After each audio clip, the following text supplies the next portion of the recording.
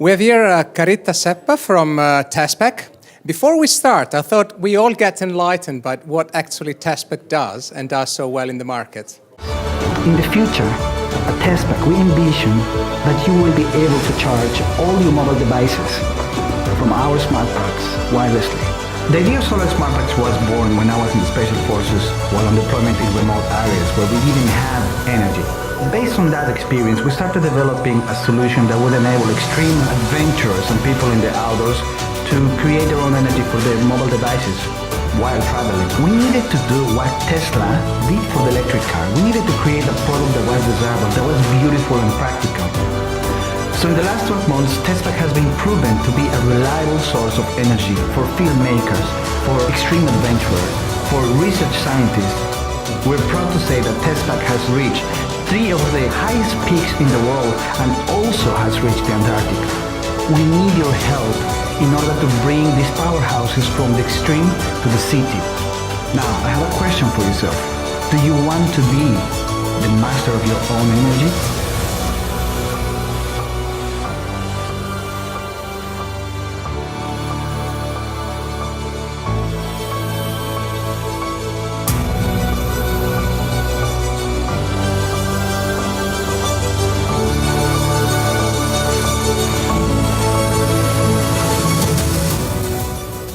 So, inspiring, huh? So we have here Caritta today. She's the co-founder and CEO of Tespack. As you've seen, Tespack is a mobile energy company. They actually have quite significant big clients like Amazon and Vodafone. And they also sold to the UN and Save the Children. I'm very pleased to have Caritta here. We connected last week. And Caritta has been shortlisted by Forbes 30 Under 30. In Europe in 2018 as one of the young innovators reshaping the world. And she's also one of the ambassadors for the One Young World. And she also does she serves as an ambassador for the One World. And she's also selected in the top 100 women in business, in wearables in 2018. And last year she was with EY as one of the top women entrepreneurs in EMEA, in Europe. She's obviously passionate about technology and empowering others, especially women and other fellow entrepreneurs and founders. And when she's not busy supporting those founders and entrepreneurs and running her own business, she's at the EY Lounge with us, which I think is quite a nice thing to do. So thank you very much, and please welcome Caritta to the stage.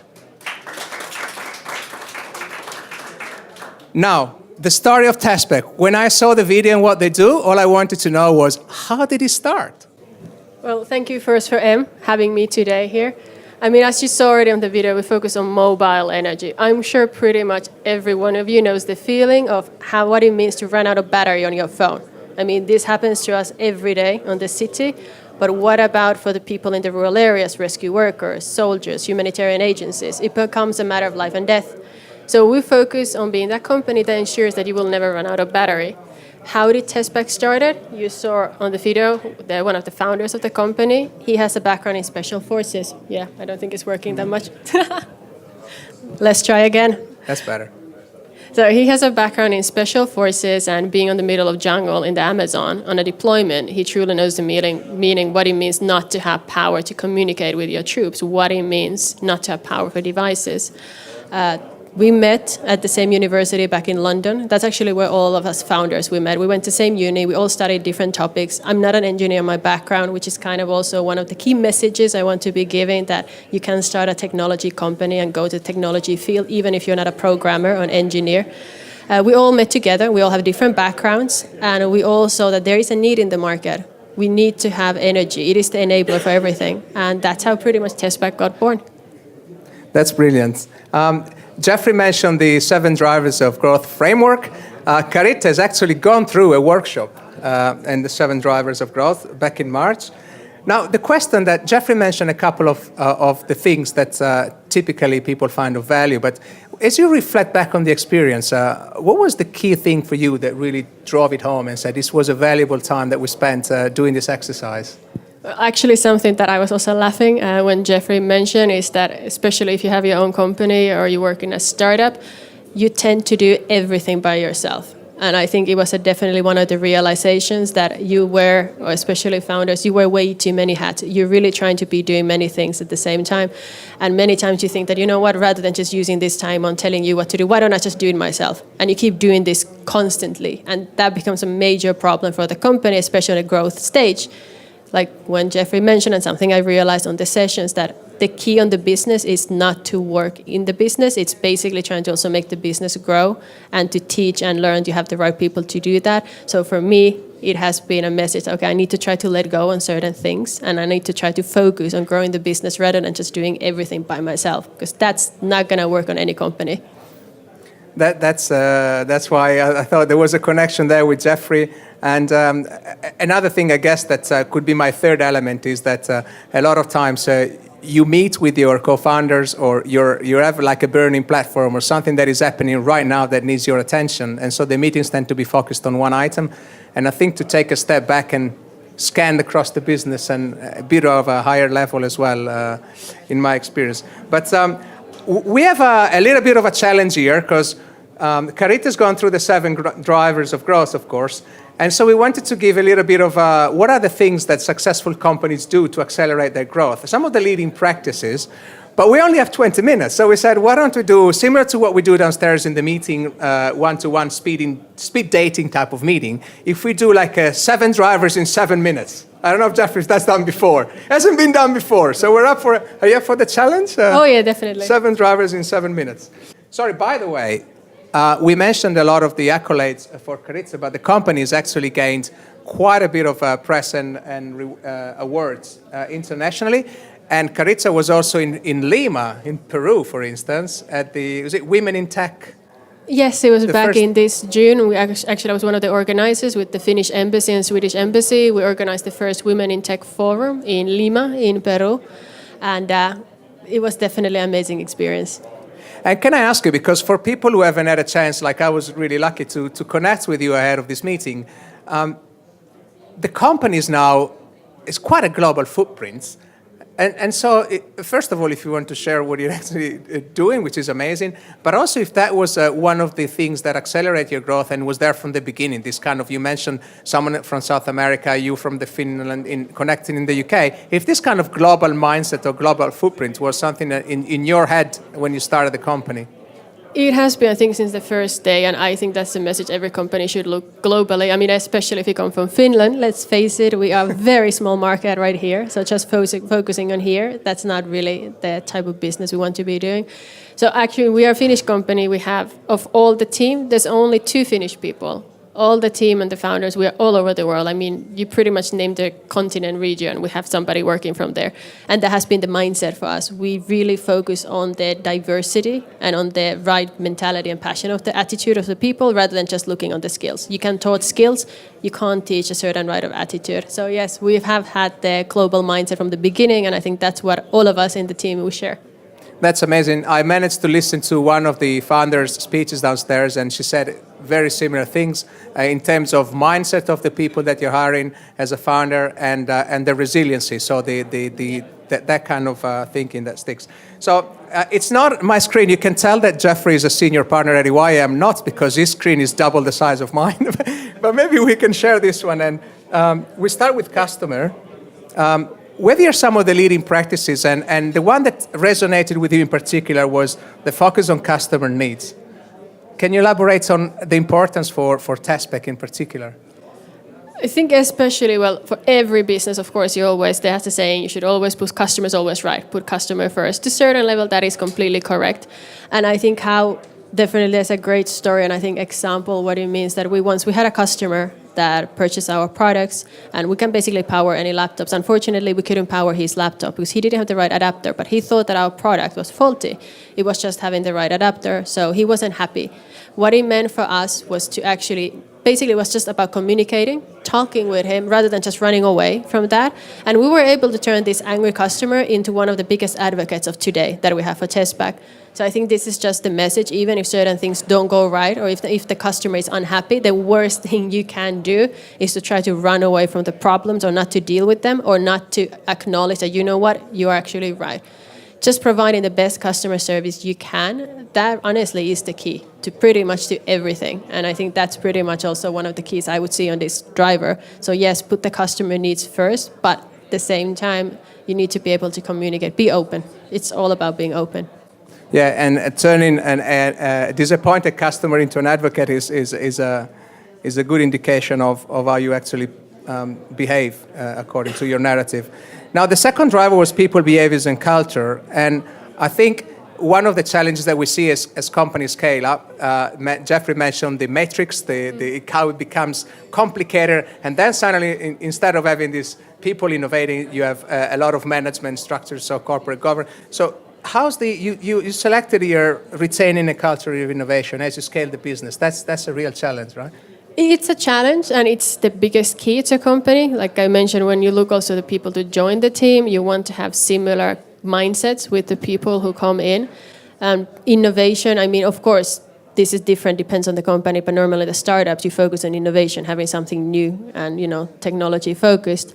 So having that same kind of feeling among the whole company, that's the key in order to grow it, because if the other people on the team don't share the idea that you are building something new, something innovative, and are just there in the team for the wrong reasons, the company's not going to go anywhere. So that's something we look into the people from the beginning to get in the team.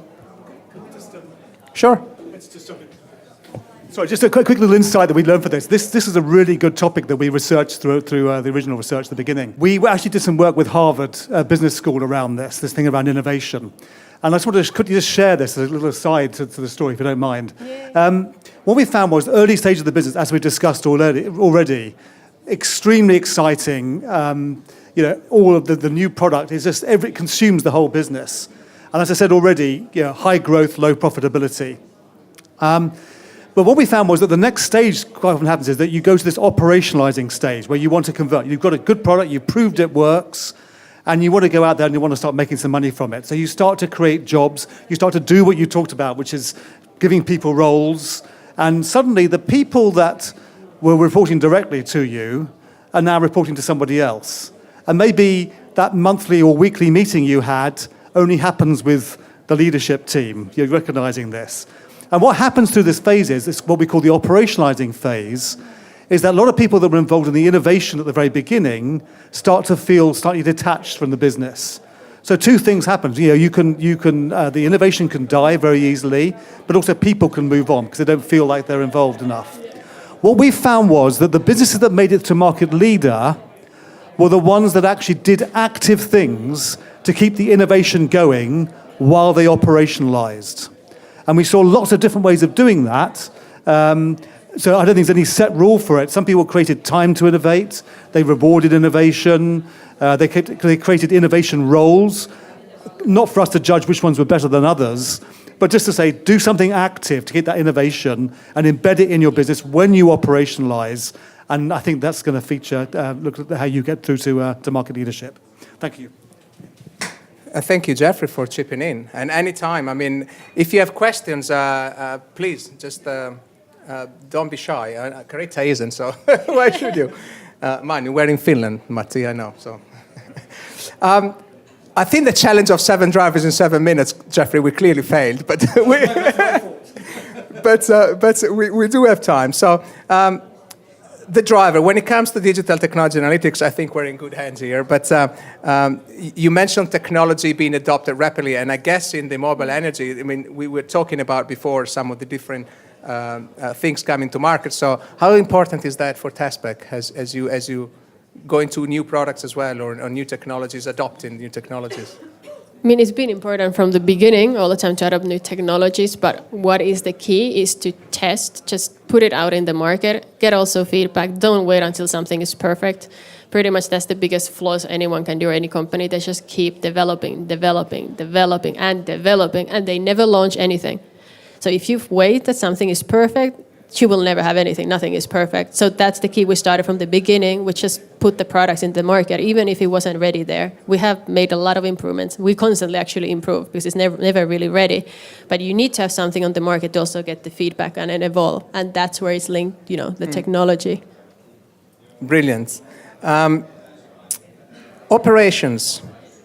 I guess you have a product now, and you mentioned here to accelerate the culture of continuous improvement. Again, we have so many different elements of leading practices, and hopefully people can actually see them on the screen as they keep flicking through. I try to go backwards.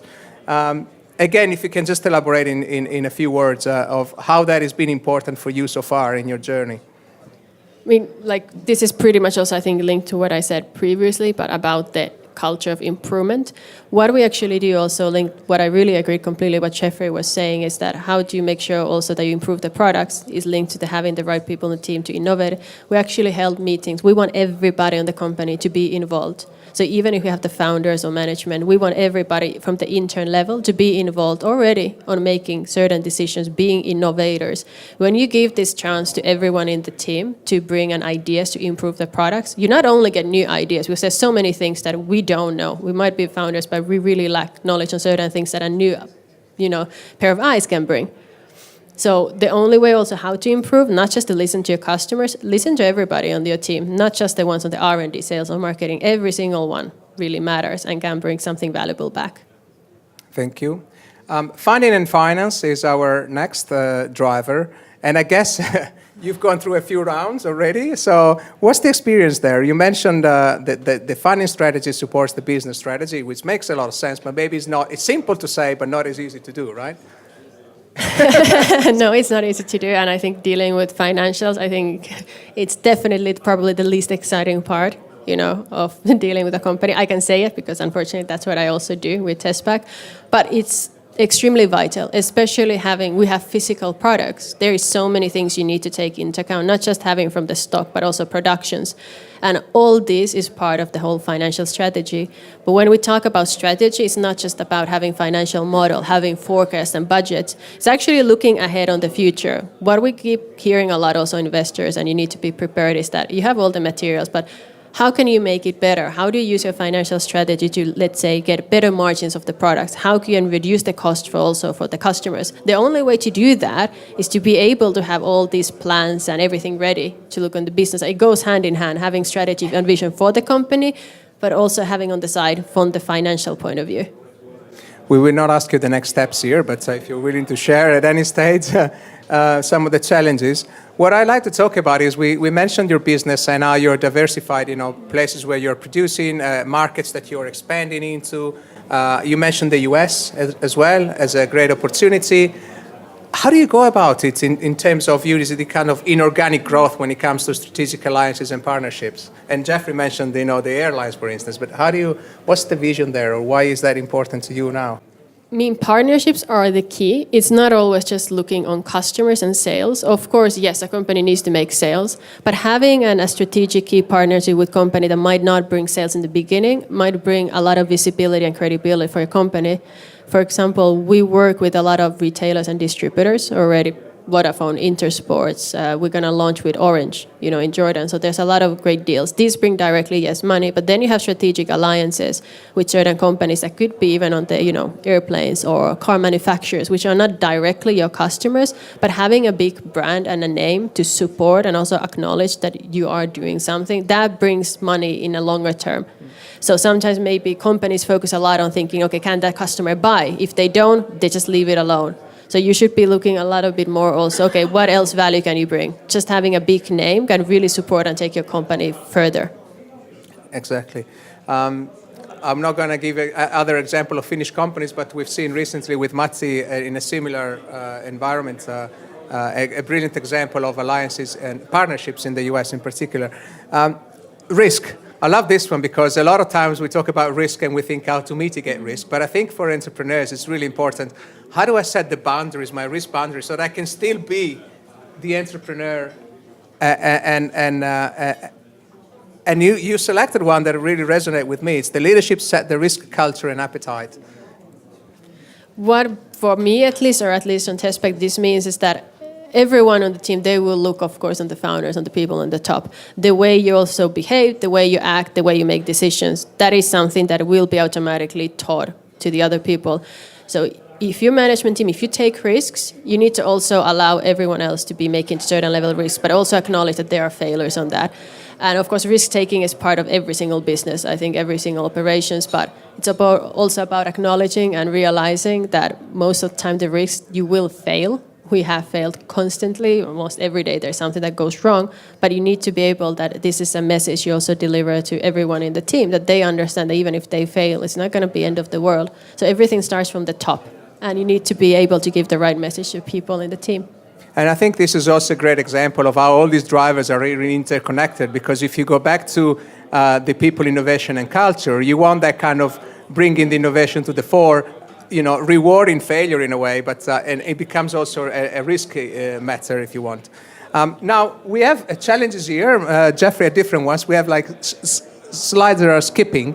One of the things that I wanted to discuss, Jeffrey mentioned the opportunity during a Growth Navigator session to actually rank your actions, if you want, or to put them into high impact, high urgency, 2 by 2. And these are from Jeffrey mentioned several thousand meetings. The top 10, this is frustrating. The top 10 high impact, high urgency strategies, actions selected by entrepreneurs.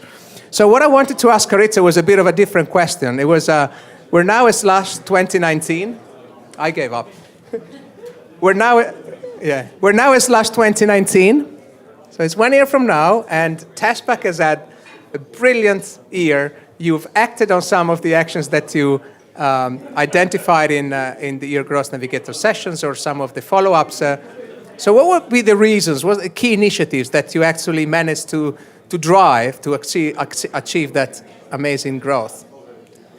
Well, again, it's always to focus back on sales and I think on the partnership. So that will be the key to enter new markets. And I think from the beginning we hear quite a lot, of course, you need to focus also. That's a very important message. But at the same time, this is also part of the vision of how we see that we don't just focus on one market or one region. I mean, in the end, energy is needed everywhere, and that's the vision of us as a company. We want to become a key player in the energy industry on consumer side, in the mobile energy market. So 1 year from now, where we're going to be seeing, not only we're launching some really cool new products already within the next month with massive new partnerships. Actually, today, we are already launching a new partnership here with SLUSH, with the open ecosystem of Nokia. Wow. So that's already one of them. So by 1 year from now, I'm sure I will be here at SLUSH again, hopefully for that. But on the big founder stage.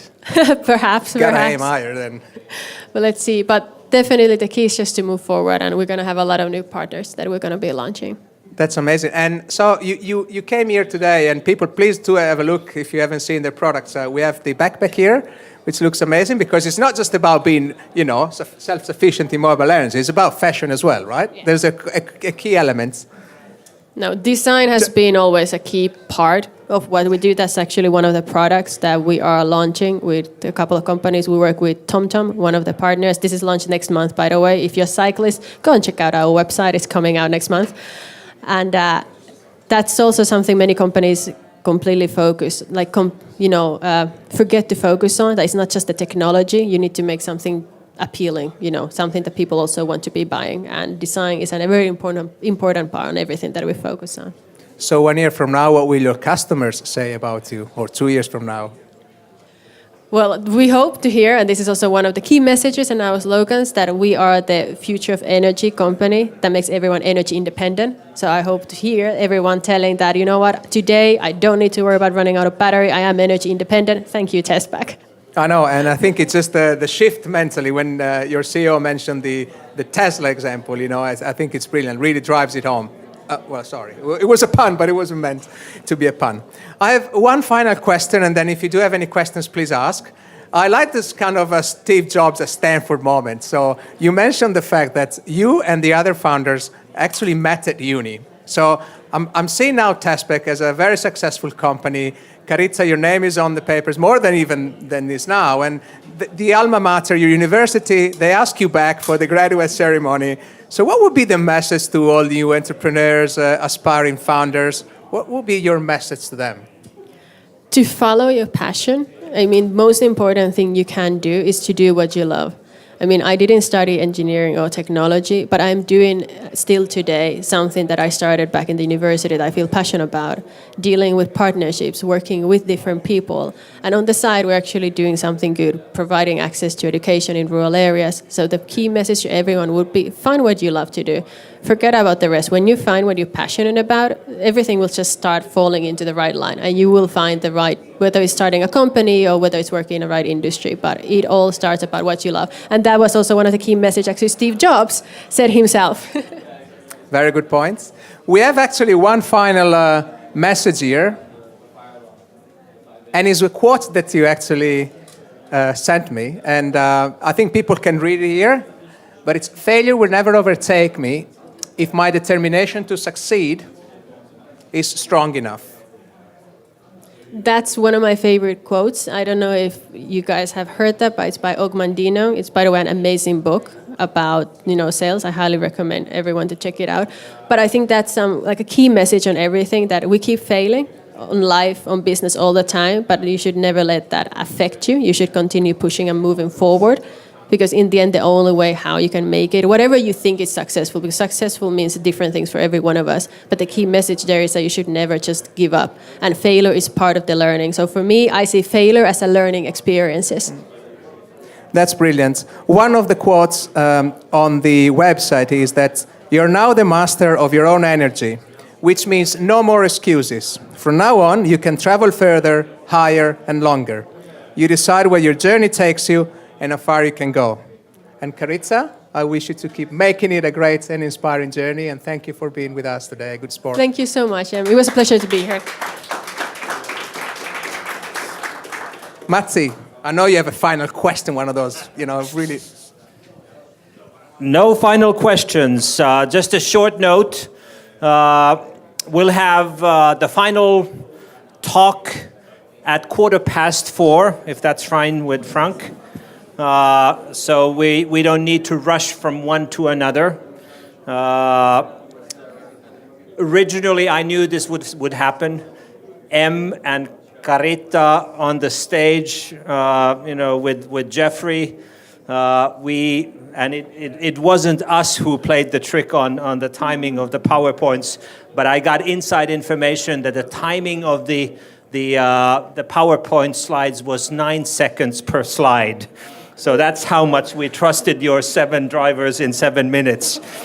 Anyway, so I think from an EY point of view, I was very fortunate to actually run the session with Caritta, and felt the passion, but also I think actually the 7 drivers of growth, or the growth navigator, is something that we at EY are very passionate about. So let's get back on stage, or Frank, be ready to join us in about 20-25 minutes. And in between, anything and everything. Thank you very much. We do have a screen with people who want to... Yeah, and there is a screen which has more details on 7 drivers of growth. And, if somebody wants to do a session, you can grab me, and we'll figure out a way to do it. So thanks again.